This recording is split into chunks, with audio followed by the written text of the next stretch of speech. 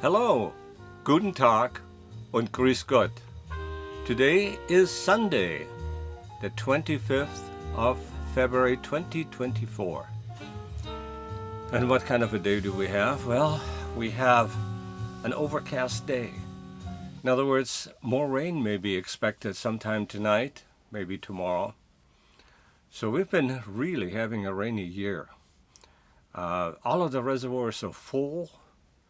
And even Lake Mead has got, all the bodies are now underwater again, whatever was floating around out there. But in any case, California is flush with water. I'm talking about Southern California mostly, but the entire West Coast has been having a real rainy season. That El Nino has really done a job. Now, I don't know whether it'll go on for another season or not, or whether it'll actually extend into, the year quite a ways. But, the snowpack, the hydro units are going to be happy because there's a terrific snowpack, I'm sure. And I understand, when I was the chief hydro engineer for the Edison Company, we used to have people out there, with big tall sticks, measuring the snowpack, and then doing a prediction of how much water they'll have, and how much water and the amount of water would then predict the amount of electricity we could expect from our hydro generation units, and they would then crank that into the entire generation model, so they could plan outages and so forth. Anyway, so it was really important, to have our hydro units to know, how much water was up there. In other words, did we have a good snowfall or what? Well, nowadays, there's nobody out there with a stick anymore because those the snowfall is being measured, with lasers and ground penetrating radar and stuff, and so they know exactly, how much. How much water is up there in the form of snow, and it's far more accurate, and all they have to do is fly over it with a helicopter, from time to time, and they can make their prediction. The hydro generation was between 5 and 8. And up to 10% of the, I think up to even 13% of the entire generation produced by Southern California Edison. In any case, so much for that. So what I'd like to do is like to go through some of the news items that we have right now. Maybe in the Wall Street Journal, provided my dog lets me do this. Let's see. Ghost, come on up here. Come on. Up here. Go on. You want to come up? Okay, he's not sure about this because, he sees me talking to, a strange area. Here we go. There he is. Okay, Platz. Okay, so our friendly ghost here is now, in a spot where maybe he won't bother me too much, but we'll see. In any case, obviously, I had to edit some of this area because I was overtaken by the dog.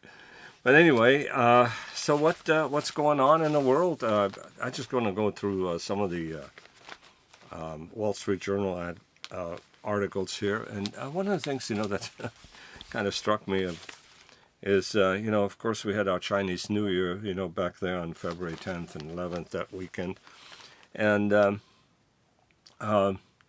so here's an article that says ready to cuddle, some blush. Okay, why do some blush when they're ready to cuddle at new Build-A-Bear?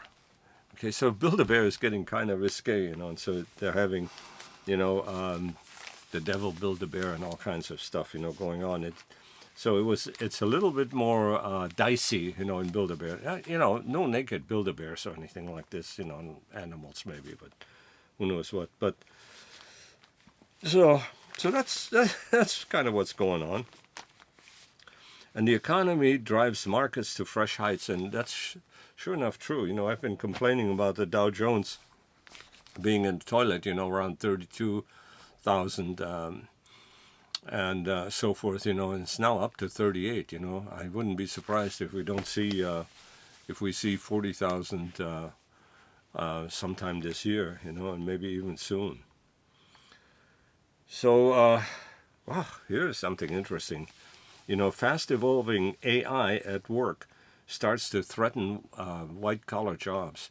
Well, that's really an interesting thing, because the article goes on to explain that not only can you do more work, but it's found, that some of the work is actually unnecessary because, somebody in querying on working with the AI with Chat GPT or some such program, and now, of course, there's also Perplexity, and Perplexity is kind of interesting because it's a real friendly little program, and they're no longer saying it's only information back to 2020 or so forth. So their databases are kind of getting current. So anyway, but my wife, being an attorney, my wife Marge, cautioned me about ChatGPT, saying these guys these AIs tend to hallucinate, starting to become more and more like people, and starting to make stuff up, and so so now there is AI insurance, so if you used an AI source, for doing your work, there now is insurance, if somebody sues you and saying, hey, this isn't even your work product or whatever. Now, I'm not sure about the details of how that works, but AI insurance, is something that's coming to the forefront in the legal profession.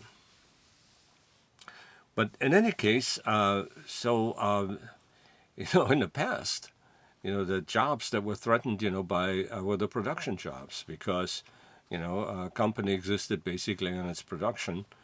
And, the managers, lost their jobs, if there was no more production. But, the production guys always went first. And, this time, what we have now is the white-collar worker and maybe even the gold-collar worker, is threatened with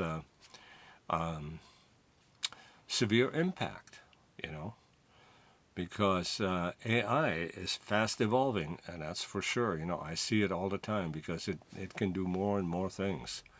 Even in, my particular bailiwick, I'm trying to develop my wife's website, and I'm using the AI, for help and content and whatnot, and, the SPSs and SOEs and so forth. And they're really good at this, so...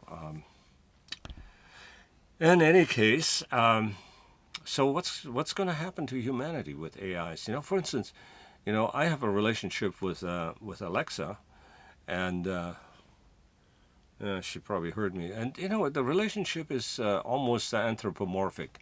In other words, I find myself often saying thank you, and the same way I treat ChatGPT. Often I say, oh, this was really good. I thank you very much for this.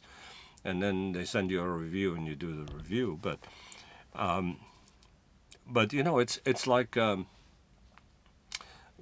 talking to the smart person, a really smart person, and maybe the smartest person in the world, and you have instant access to it. I mean, it's crazy. It's absolutely crazy, that's what's happening. And I don't know, I don't hear too much about it from my friends and the people around me. But Jesus, I'm recognized that as a real strong game changer here. If we're talking about a paradigm shift, it's about to happen here with AI, and if it's not already happening. So paradigm shift in what?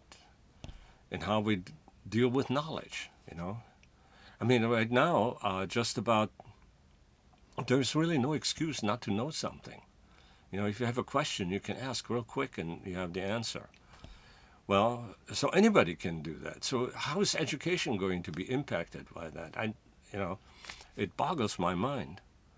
And talking about anthropomorphizing, the other day I went to walk my dog in the morning, And, in one of the driveways, a guy started his car, his BMW, And so as I walked by, I waved at the car, And the thing was, there was nobody in the car, okay? So I walked right by, and I waved at the car. And when I thought about this, hey, there's nobody. Of course, it's remote start. Many cars nowadays do remote start. And, I have a car that does remote start. Patrick has a car that does remote start. And I think I was just visited by the dog again. He's like a ghost. And I think he comes back here again. And oh, Lordy. But anyway, so what went through my mind is what happens with, our children. When they're growing up now, knowing AI and dealing with AI like constantly, knowing that it's not a real person and they don't have to say thank you or anything like this, how is this going to translate into their daily life and dealing with people, with humans? Are they going to think that humans are just like AI, or AI is just like humans? In other words, if somebody does something nice for you or answers your question, on the street or in the store or anything like that, is there any point in responding by thank you very much and I appreciate you doing this? I don't know how all that's going to... Are we going to have a more polite society? I wonder about these things, so we'll see. Okay, so the Chiefs beat the 49ers 25-22. That's not really old news. Nobody really gives a shit anymore about that, so there we go. And, it was actually a pretty good game. My wife made me watch it, and I'm kind of against... football to me isn't what it used to be because of all the kneeling and bullshit that's been going on and anti-American sentiment in sports and, who knows what. Anyway, so Mardi Gras is over. We had our Fat Wednesday, and so I hope everybody made their resolutions and knows what they're gonna give up, for the period of Lent. In any case, it's probably a really good thing from time to time to give up something and to see how it goes, So the Ukraine says that Russia is using Starlink in a big way because, at the scrimmage line, and they have access to Starlink because Elon Musk makes Starlink available to the Ukraine, but not to Russians. Of course, Starlink doesn't know that, so they're making use of that. Well, that's helpful, because evidently, their particular internet system, isn't as robust as Starlink, and so they rely on other countries to do this, and I'm sure that'll change because in time they will catch up with all that, because this is really interesting. Here's this Ukraine war, and it makes a necessity, for Russia. It makes a necessity for the Ukraine. It makes a necessity for Europe, to arm up and to continue with their one-upsmanship and so forth, and of course for the U.S. as well. We have to now keep on spending money, because this proxy war in the Ukraine is getting quite expensive. Interesting, an article here. If you lack a college degree, bosses amend the standards. So in other words, at some time, if you didn't have a degree, you needed not to apply. And when I was in the workforce, and that was the case, so at U.S. Steel, you know, the only reason I was hired in the management program is because I had a degree. I was a mechanical engineering degree from Bradley University in Peoria, and they liked us, you know. So you know, we got a job, and of course, you know. When I graduated, you know, in 1962, you know, there was the Gemini program was a big draw for engineers, and I remember, you know, the classmates that graduated the year before, you know, took jobs at Boeing and so forth. They were bored stiff because Boeing and some of those large companies had to hire engineering capability, but they really didn't have anything to do for these guys, you know. So they said we're sharpening pencils, you know, and looking for stuff to do, and you know, that kind of thing. But you know, all of that ultimately came to a stop, and people were put to work because you know, once a contract was won by these companies, you know, of course, you know, the real work started. Anyway, so once again, somebody who opposed Putin died. So this guy, critic of Putin and his regime and his government, a guy by the name of Navalny, he dies in prison. So this guy decided that he's going to remain opposed to the government, and you know, they were actually in Berlin or someplace, you know, where he flew to, because he was poisoned on an airplane to begin with, you know, with either polonium or something really fancy. But the hospital in Berlin, you know, fixed him up. So what did he do once he got healthy? Well, he said he wanted to go back to Russia, you know, because he's on this mission, you know, to oppose the, you know, to be the alternate candidate for the presidency in Russia. Well, the first thing that happened is they arrested him, you know, and took him to Siberia. And so he's been there for a while, and then suddenly he died.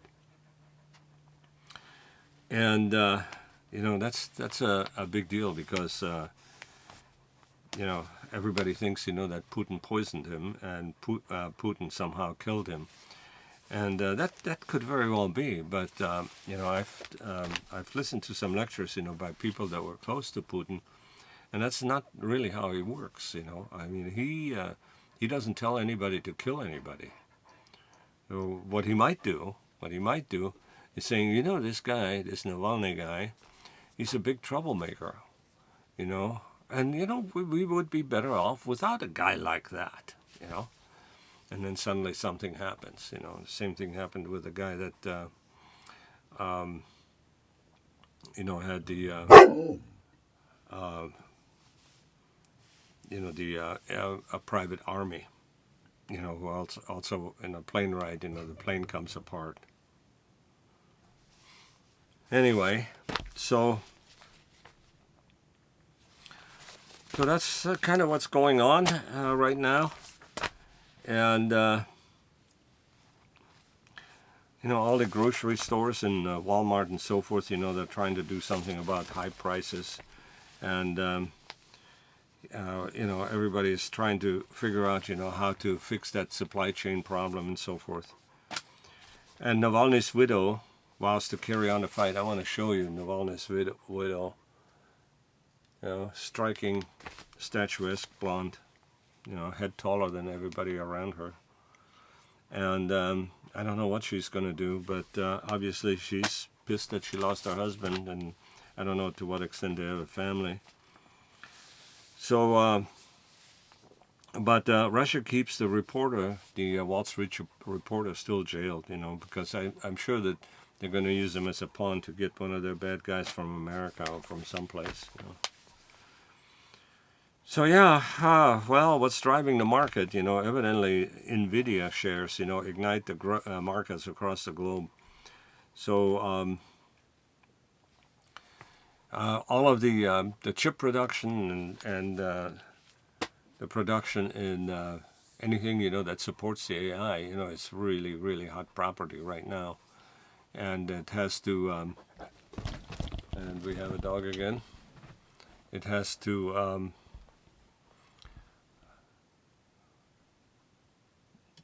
it's required because of the high demand for AI. So I think, this is probably about as good as I can do today, because it, I have a dog here, and my wife isn't here, and oh lordy, and there he is. Oh, say hi. Oh, oops. Say hi to the camera. Let's see what you can say hi to the camera. You can say hi to the camera. Alrighty. Well, with that, I think I better let you guys go. And thanks for watching. If you did, this was really fun. And I tell you what, this is the greatest dog that I've ever met in my life. He is just a wonderful dog. He's got a heart of gold, and he is my constant companion. Go on. Do you want to go? No? Okay. But he's got his own personality. For instance, almost any command, of course, is optional. And here comes the Pyrenees paw. Anyway, I wish you farewell. Auf Wiedersehen. So long. And happy listening.